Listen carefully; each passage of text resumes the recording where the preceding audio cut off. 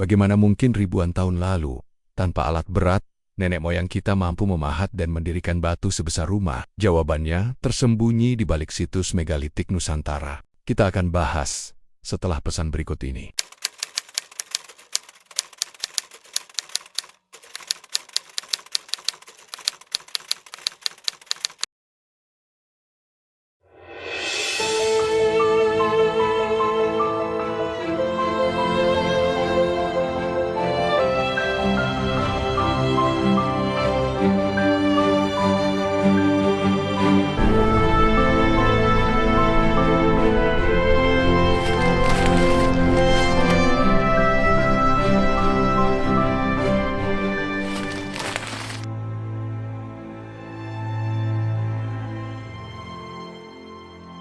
Bayangkan diri Anda berdiri di tengah sebuah lembah yang sunyi di pedalaman Nusantara. Kabut tipis menyelimuti bukit-bukit hijau yang seakan tidak pernah tersentuh zaman. Di hadapan Anda menjulang batu-batu raksasa, sebagian berbentuk menhir yang tegak, sebagian lain menyerupai meja batu besar atau dolmen, dan ada pula yang diukir dengan wajah-wajah aneh serta pola misterius. Patung-patung batu setinggi manusia hingga 2 kali lipat tinggi manusia berdiri di tengah padang, sebagian besar tanpa lengan, dengan wajah polos yang menatap ke kejauhan. Beberapa arkeolog mengungkap kemungkinan penggunaan batang-batang kayu sebagai rol, memanfaatkan lumpur untuk mengurangi gesekan, dan memanfaatkan musim hujan agar tanah lebih licin. Di beberapa daerah, terdapat legenda bahwa batu-batu itu berjalan sendiri pada malam hari. Mereka adalah insinyur, seniman, dan pemikir yang memadukan teknologi sederhana dengan imajinasi luar biasa. Kita menyadari bahwa teknologi bukanlah segalanya, bahwa kerjasama, keyakinan dan kreativitas dapat melahirkan karya-karya luar biasa, bahkan tanpa mesin. Desa ini bertengger di punggung bukit dengan rumah-rumah adat berderet rapi, atap ilalangnya menua oleh waktu, dan di tengah-tengah desa terdapat susunan batu raksasa yang mereka sebut ngadu dan baga. Ada yang berbentuk arca gajah, ada yang menggambarkan manusia menggendong anak, bahkan ada yang memperlihatkan manusia sedang menunggang hewan yang mirip kerbau. Setiap pahatan memuat detail yang menakjubkan, mengisyaratkan bahwa seniman purba memiliki visi estetika yang tajam. Ketika tim peneliti membersihkan lumut dari permukaan batu, garis-garis pahatan itu muncul kembali seolah baru dibuat kemarin. Mereka adalah bukti bahwa nenek moyang kita tidak hidup dalam keterbelakangan seperti yang sering kita kira. Mereka memiliki organisasi sosial yang kuat, pemahaman teknik yang canggih untuk zamannya, dan rasa estetika yang luar biasa. Setiap batu raksasa adalah puisi bisu, setiap pahatan adalah doa yang membatu, setiap situs adalah cerita tentang manusia yang menolak dilupakan oleh waktu. Saat Anda berdiri di depan salah satu batu itu, tutup mata sejenak, rasakan angin yang bertiup, dengarkan suara burung dan desiran pepohonan, lalu bayangkan suara palu batu yang berdentang ribuan tahun lalu. Di sanalah Anda akan merasa bahwa waktu hanyalah jembatan, dan di seberangnya, para pemahat batu raksasa sedang tersenyum bangga karena karya mereka masih berdiri hingga hari ini. Bayangkan betapa lama waktu yang mereka habiskan hanya untuk mengukir sebuah wajah di batu sekeras itu. Tanpa mesin, hanya dengan pahat dari batu yang lebih keras atau besi yang ditempa secara sederhana. Mengapa mereka melakukannya? Para peneliti meyakini bahwa pahatan-pahatan itu bukan sekadar hiasan, melainkan doa yang diwujudkan dalam bentuk visual, pengingat akan roh penjaga, dan juga catatan sejarah yang tidak pernah ditulis dengan huruf. Batu-batu itu berdiri tegak, sebagian berbentuk tiang, sebagian menyerupai altar kecil. Ukurannya bisa mencapai 2 hingga 4 meter, wajahnya datar dengan mata besar yang kosong. Tetapi di balik tradisi itu, tersembunyi kisah-kisah tentang batu-batu besar yang mereka dirikan untuk upacara penting. Setiap batu didirikan dengan pengorbanan besar, baik tenaga maupun simbolis. Ada kisah tentang desa-desa yang saling bersaing mendirikan batu yang lebih tinggi untuk menunjukkan kekuasaan dan kehormatan.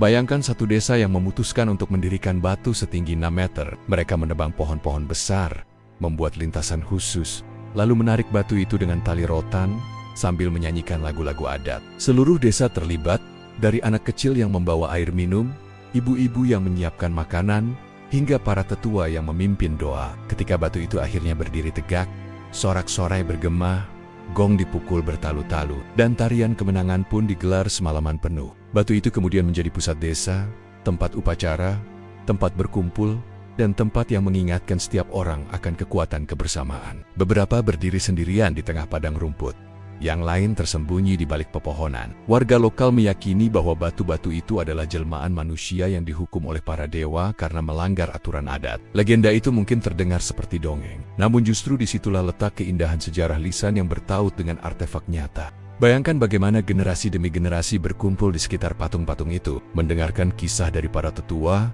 mencatatnya dalam ingatan, lalu menceritakannya lagi kepada anak-anak mereka. Dengan begitu, patung batu itu hidup, bukan hanya benda diam, tetapi pusat dari identitas budaya mereka. Para pemahat batu raksasa itu mungkin sudah lama tiada, namun jiwa mereka masih bernafas di setiap legenda yang mengitari pahatan-pahatan itu. Orang-orang tua di desa bercerita bahwa batu-batu tersebut adalah tempat memanggil roh leluhur, tempat memohon panen yang baik, dan tempat menyelesaikan sengketa. Bayangkan sebuah pagi berkabut di masa lampau, ketika puluhan pria memanggul batu raksasa dari sungai jauh di bawah sana. Keringat membasahi tubuh mereka, sorak-sorai memecah keheningan hutan, dan suara gong mengiringi setiap langkah berat. Mereka tiba di bukit, meletakkan batu di tempatnya, lalu mengadakan pesta besar dengan tarian dan makanan yang dimasak di tungku tanah. Batu itu bukan hanya simbol kekuatan, tetapi juga saksi ikatan sosial yang mengikat mereka sebagai satu komunitas. Mungkin itu pelajaran terbesar dari para pemahat batu raksasa,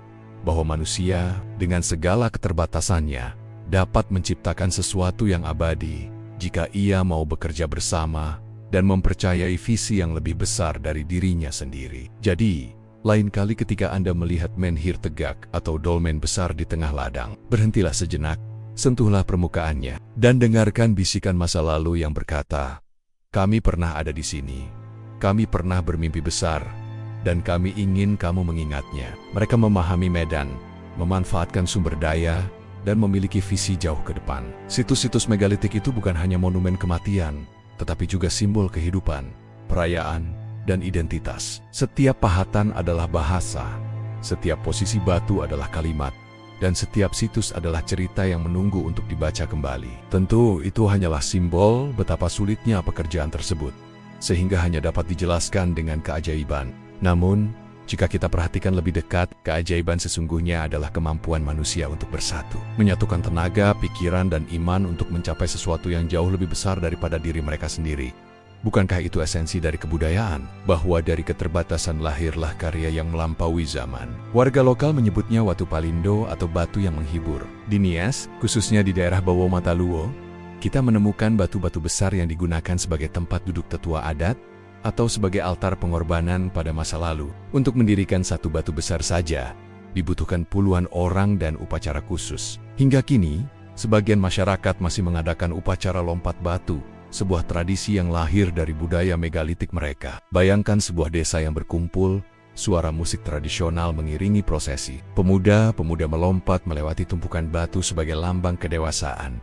Batu-batu itu bukan benda mati, mereka adalah saksi hidup perjalanan generasi demi generasi. Mereka mengingatkan kita bahwa sebelum ada catatan tertulis, sebelum ada buku sejarah, manusia sudah meninggalkan jejak lewat batu, tanah, dan ritual. Hingga kini, belum ada catatan tertulis yang menjelaskan siapa pemahatnya, atau teknik apa yang mereka gunakan. Para peneliti menduga batu-batu itu dipahat dengan alat batu yang lebih keras, lalu diangkut dengan metode gotong royong. Bayangkan sebuah komunitas kecil, hidup di tengah alam liar, memutuskan bahwa mereka harus meninggalkan penanda besar untuk leluhur atau untuk roh penjaga. Malam-malam panjang mereka habiskan di sekitar api unggun, membicarakan bentuk dan makna patung yang akan dibuat, menenun cerita-cerita yang kelak menjadi mitos. Dan saat patung selesai berdiri, mereka mengadakan upacara besar, menari, bernyanyi, dan menyembelih ternak sebagai persembahan. Suara gong dan tifa mengalun, menggema di lembah, seolah menyatukan dunia manusia dan dunia roh. Tidak ada papan informasi,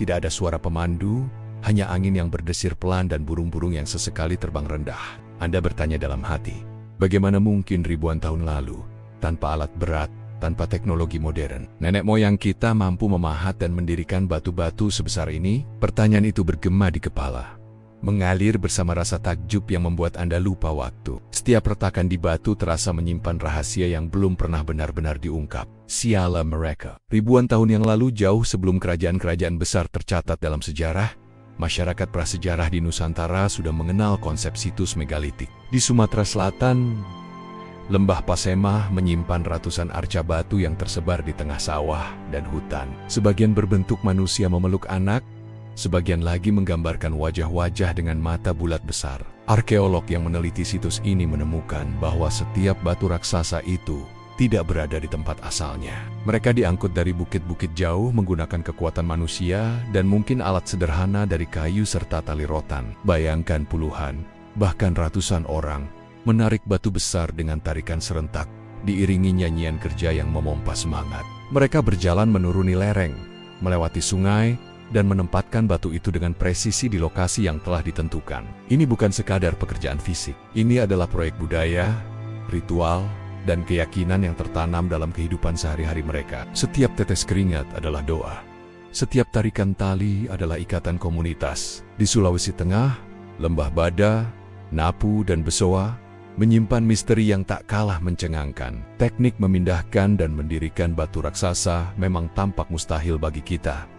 Namun nenek moyang kita memiliki cara yang cerdas. Setiap situs megalitik di Nusantara juga menyimpan dimensi spiritual yang mendalam. Kini, ketika arkeolog dan sejarawan mencoba membaca ulang jejak-jejak itu, kita semakin menyadari bahwa nenek moyang kita bukanlah bangsa primitif tanpa kecerdasan. Dan di era modern ini, saat kita berdiri di tengah situs megalitik, mungkin kita merasakan getaran yang aneh campuran kagum, hormat, dan penasaran. Menyusuri jalan setapak di pedalaman Flores, Anda akan menemukan sebuah desa tua bernama Bena. Di ujung Sumatera, tepatnya di kawasan megalitik Pasemah, para arkeolog menemukan lebih dari 1.000 situs yang tersebar. Sementara itu di Sulawesi Tengah, terutama di Lembah Bada, Napu, dan Besoa, terdapat patung-patung besar yang disebut Pokekea. Jika kita melangkah ke barat, ke Nias, kita akan menemukan tradisi lompat batu yang terkenal. Kini, ketika situs-situs megalitik itu menjadi objek penelitian dan destinasi wisata, kita diingatkan akan hal yang lebih dalam dari sekadar keindahan fisik.